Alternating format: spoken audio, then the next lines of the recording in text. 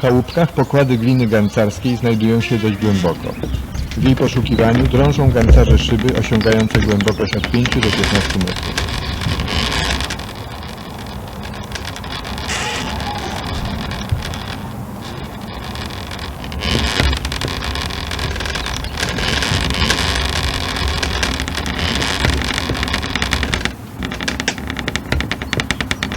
Glina jest zwarta i twarda. Mozolnie wydłubane z pokładu pecyny winduje się wiadro po wiadrze na powierzchnię. Późna jesień i zima są sezonem kopania gancarskiego surowca. Wiosną ziemia zaczyna robić sobą, jak mówią gancarze, i w szybach trudno jest oddychać. W lecie praca jest już niemożliwa. Z położonych daleko za wsią szybów transportuje się glinę furmankami i zwala w specjalnych dołach w pobliżu pracowni. Tam glina lasuje się, kruszeje pod wpływem mrozu. W miarę potrzeby gancarz czerpie glinę i poddaje dalszej przeróbce w celu uzyskania masy ceramicznej sposobnej do toczenia.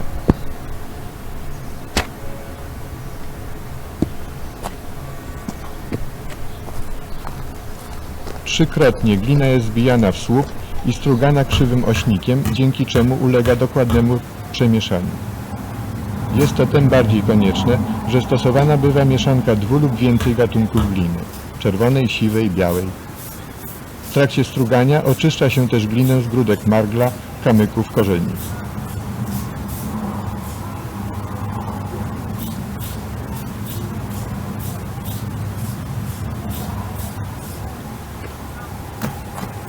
Następnie wyrabia się glinę jak ciasto, skrapiając wodą, aby uzyskać odpowiednią plastyczność i pozbawić pęcherzyków powietrza.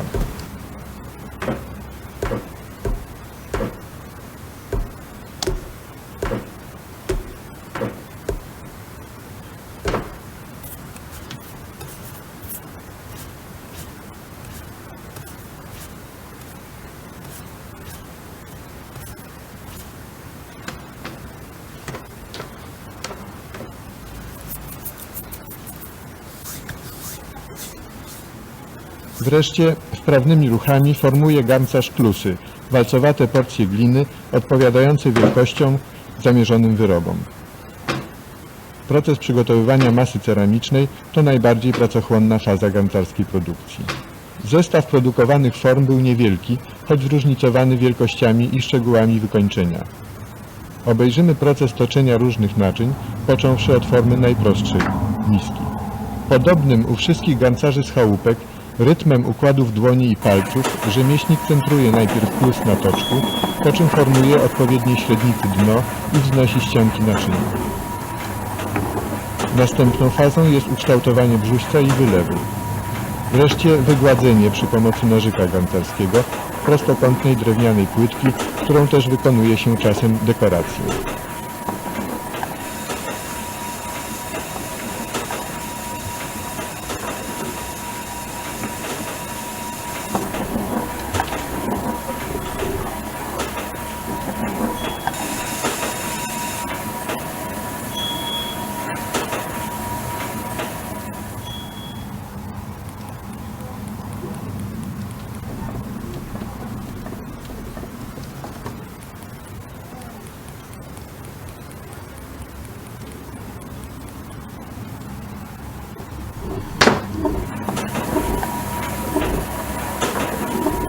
Sprawa osiągnięta w trakcie wielokrotnego powielania tych samych form jest tak duża, że gancarze z przygotowanych klusów potrafią wykonywać liczące kilkadziesiąt sztuk serie naczyń, różniące się w wysokości lub średnicy zaledwie o milimetry, zachowując przy tym równocześnie wszystkie ustalone miejscową tradycją szczegóły wzajemnych proporcji elementów form.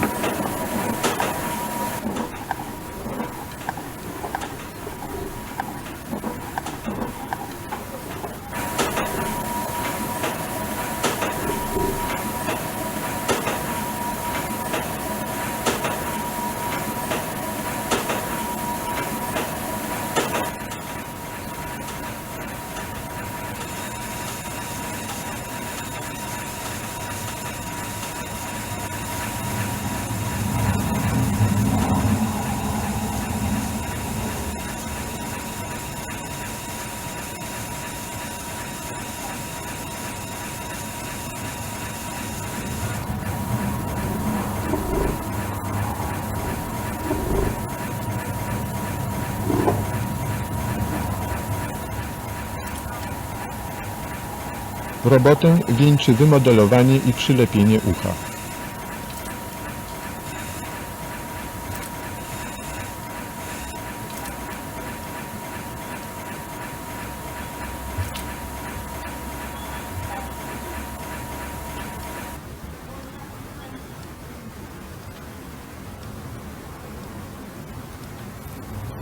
Chałupki to niewielka wieś położona w pobliżu Kielc. Jeden z owych licznych ośrodków garncarskich o odległych tradycjach, z których słynęła Kielecczyzna, zawdzięczając tę sławę m.in. obfitym złożom dobrej gliny. Jeszcze po wojnie pracowało w chałupkach około 30 garncarzy. Obecnie pracuje kilkunastu i zaledwie 4 potrafi jeszcze wytoczyć wszystkie tradycyjne formy. Takie, jakie produkowano w czasach, kiedy rzemiosło garncarskie zaspokajało właściwie wszystkie potrzeby wsi i miasteczek na naczynia służące przechowywaniu i przygotowywaniu pokarmów.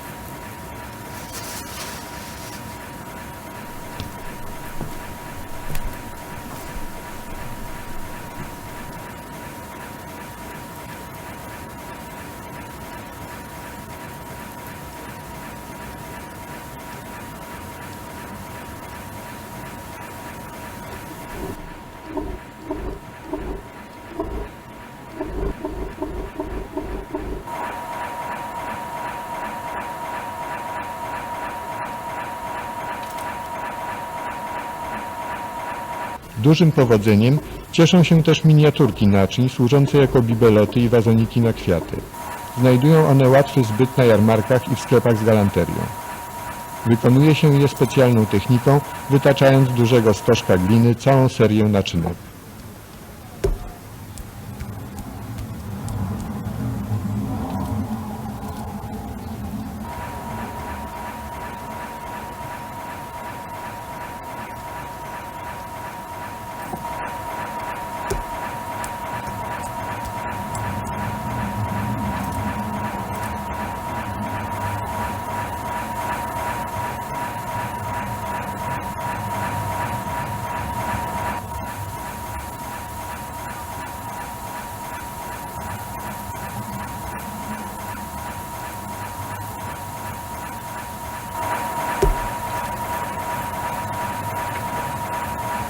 Najbardziej chyba skomplikowaną spośród innych formą jest dzban.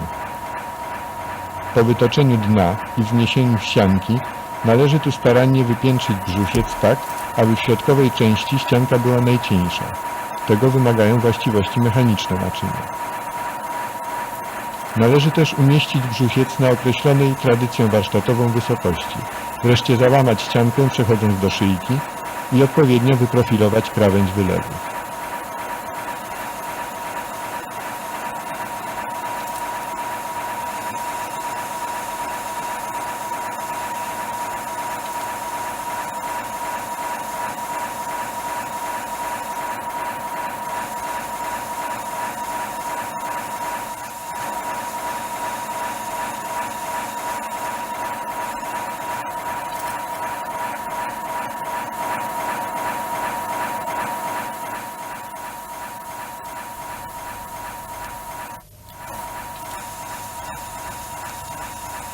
Garncarz ocenia jakość swojego wyrobu, ważąc go w rękach.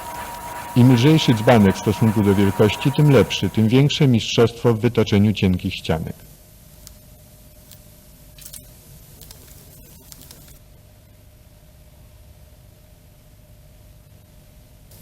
Żona jednego z najlepszych garncarzy, Józefa Głuszka, zajmuje się zdobieniem naczyń wytoczonych przez męża. Miesza glinę z odrobiną pigmentu, tlenku miedzi czy żelaza i formuje z niej wałeczki, później zaś spirale, z których układa kompozycje, nalepiając je na ścianki naczyń. Technikę tę wprowadził Józef Głuszek. On też stosował chętnie technikę zdobienia radełkiem i stempelkami.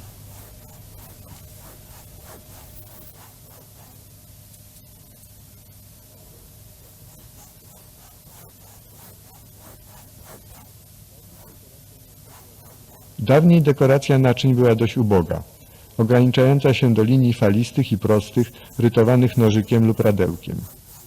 Po wojnie, w atmosferze popierania i zachwytów rękodziełem ludowym, garncarze z chałupek znacznie zwiększyli arsenał stosowanych technik dekoratorskich.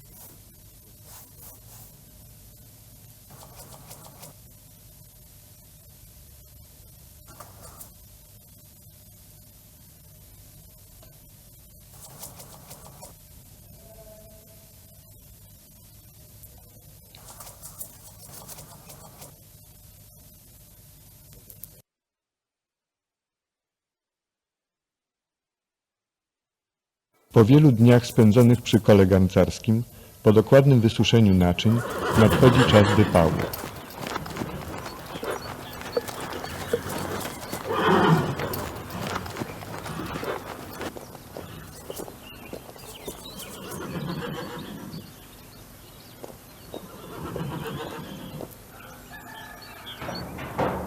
Wypalanie to proces bardzo ważny i ryzykowny. Podczas wypału właśnie ujawniają się wszystkie niedostatki gliny, wytoczenia i wysuszenia naczyń. Rezultat zależy też od jakości pieca, gatunku drewna użytego na opał i od pogody. Wypał przygotowuje się więc bardzo starannie.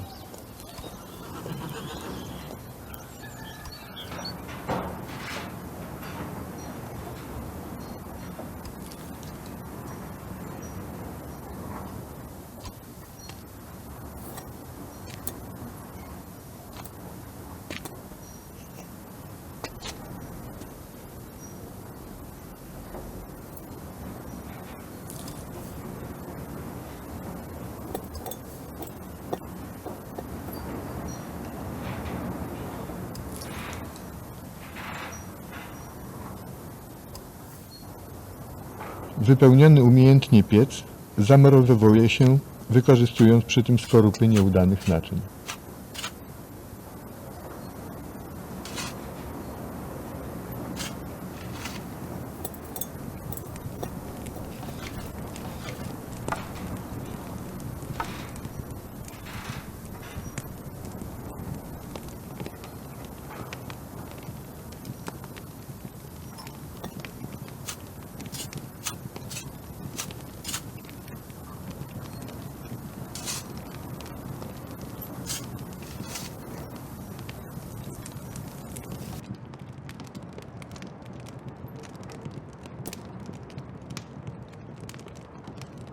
U szczytu otworu pieca umieszcza się wizjer, stary dzbanek bez dna, przez który garncarz będzie śledził przebieg wypału.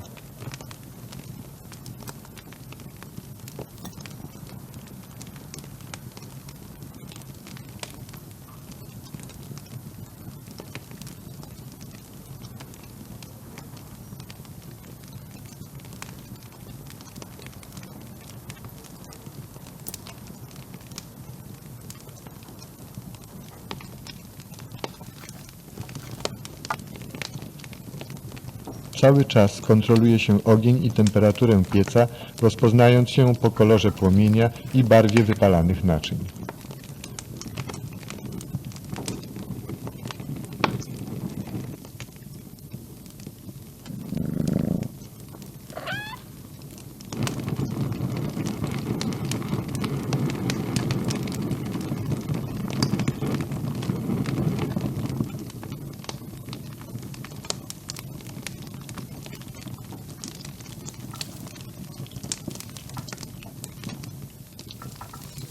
Drugi wypał poprzedza polewanie naczyń. Glazurę przygotowywuje się z tlenku ołowiu z dodatkiem glinki. Do niedawna tlenek uzyskiwano prażąc ołów metaliczny. Teraz wykorzystuje się minię lub glejtę kupowaną w sklepach. Jeśli zachodzi potrzeba, dodaje się barwnika, tlenku miedzi, żelaza lub manganu.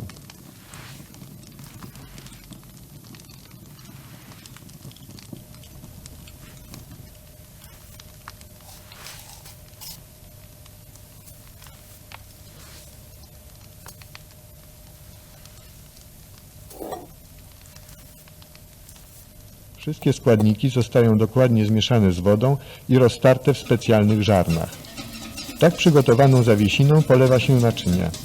Doniczki tylko na krajach, dzbanki zaś całkowicie, przy czym wewnątrz polewa się szkliwem bezbarwnym, dającym w efekcie kolor żółtawy, z zewnątrz zaś na zielono, brązowo lub żółto.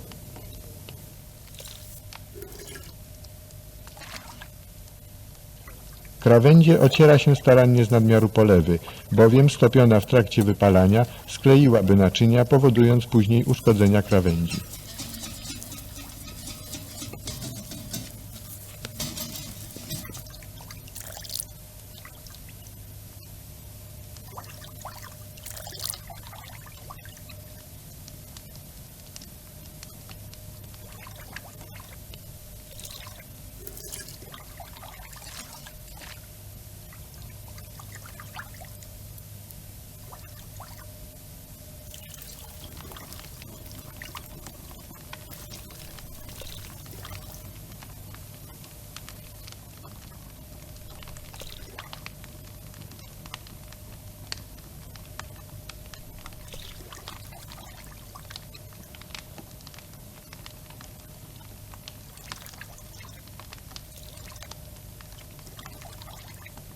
innej pracowni również trwają przygotowania do drugiego wypału. Pomaga przy tym cała rodzina.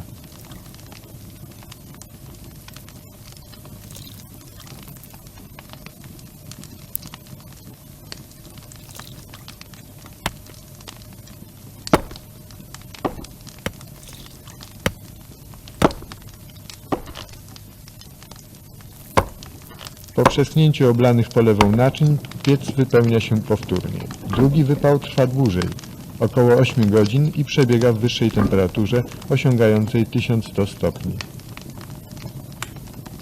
Przy okazji można zagotować ziemniaki dla świń.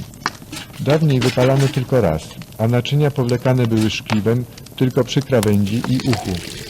Inna też była technika szkliwienia. Naczynia wyschnięte smarowano krochmalem lub glinką i posypywano przez sitko tlenkiem ołowiu. Użycie szkliwa płynnego, glazurowanie całej powierzchni i konieczny przy tym dwukrotny wypał wprowadził pewien kaflarz z Kielc, który pracował w chałupkach w latach 30. Po wystygnięciu pieca wyjmuje się naczynia i selekcjonuje, odrzucając nieudane, pęknięte, zniekształcone, zakopcone. Ten wypał był szczególnie emocjonujący. Poza zwykłym produktem, doniczkami, wypalane kiecbany wykonane na specjalne zamówienie księdza proboszcza, który z kolei zamierzał je sprezentować księdzu biskupowi. Garncarze z chałupek to już ostatnie pokolenie zajmujące się tym rzemiosłem. W większości produkuje się już tylko doniczki. Powszechnie niegdyś wyrabiane garnki i dzbanki, które tysiącami zamawiali kupcy z Chmielnika i Pińczowa, dogorywują na płotach. W warsztaty nie opłaca się inwestować. Nie wszyscy posiadają własne piece, biedniejsi muszą wozić swoje wyroby do wypału u innych garncarzy.